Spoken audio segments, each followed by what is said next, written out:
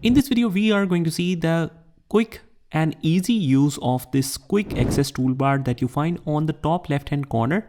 It has some default functions like undo or redo, something like that, but you can add any commonly used function here.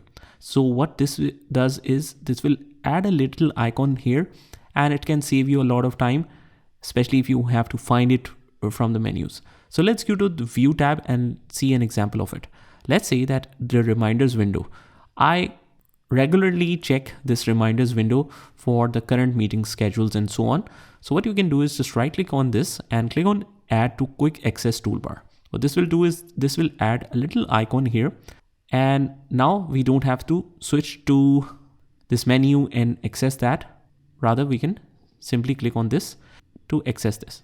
Similarly, if let's say we want to add this new email and or add a delete key, or even let's say that within this menu, we have to go to the new setup and click on, let's say, forward to. It's not by default here on the top. What you can do is just right click here, add to quick access toolbar. So if any of the option is within a couple of hidden options, you can easily add it on the top so that you can easily use whenever you want. So this is how you do it. Similarly, you can click on this drop down and you can add any of the function to your quick access toolbar. You just have to tick next to it. For example, you want to save the sprint command, save as command, or any command, you can link it here. But let's say that we want to link it with something that is not on the face of Outlook altogether.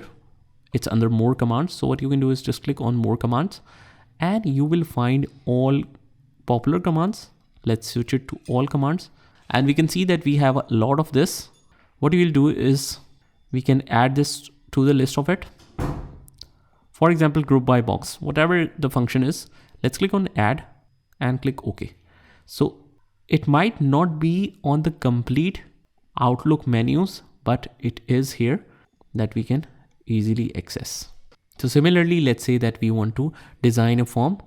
We'll just go to all commands and it's all sorted in the alphabetical sequence. Let's go to D section. We have the dark mode as well. Let's add it. Here we have design a form. Let's add this too. And this is how you do it. And for example, whenever you want to remove any icon, just right click on that and you can easily remove this from quick access toolbar.